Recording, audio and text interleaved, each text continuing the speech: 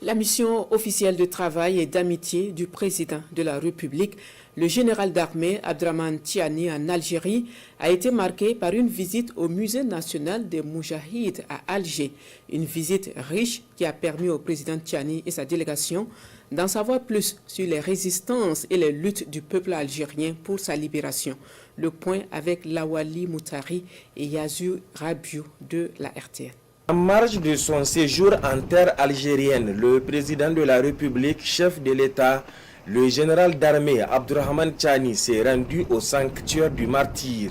C'est un monument aux morts surplombant la ville d'Alger, érigé en 1982 à l'occasion du 20e anniversaire de l'indépendance de l'Algérie en mémoire des Shahids, les combattants de la guerre d'indépendance algérienne, morts pour la libération du pays face aux colons français. Le président de la République, le général d'armée Abdrahmane Tiani, en présence des autres membres de sa grande délégation, s'est recueilli à la mémoire des martyrs de la glorieuse guerre de libération nationale algérienne. Le chef de l'État a déposé une gerbe de fleurs devant la stèle commémorative et récité une fatia à la mémoire des combattants de la farouche révolution du 1er novembre 1954.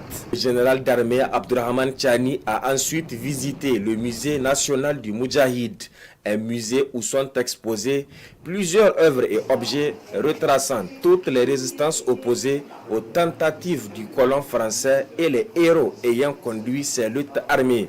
La visite guidée de ce site a été conduite par la conservatrice du dit musée.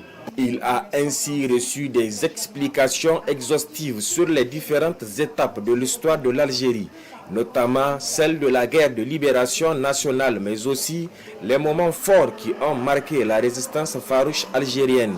Le président de la République, chef de l'État, le général d'armée Abdrahmane Tiani, a découvert également lors de cette visite les biens culturels algériens saisis et ou volés par la France colonisatrice, biens culturels qu'elle a fini par restituer en l'an 2000 au peuple algérien. Le président de la République, très satisfait de cette découverte si riche en histoire et en combat, a signé le livre d'or de l'institution. Il a écrit, je cite, « Au nom du peuple nigérien, je salue la résistance et la victoire du grand peuple algérien contre la colonisation française.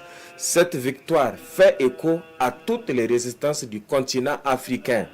Vive le peuple algérien libre et indépendant. » Fin de citation.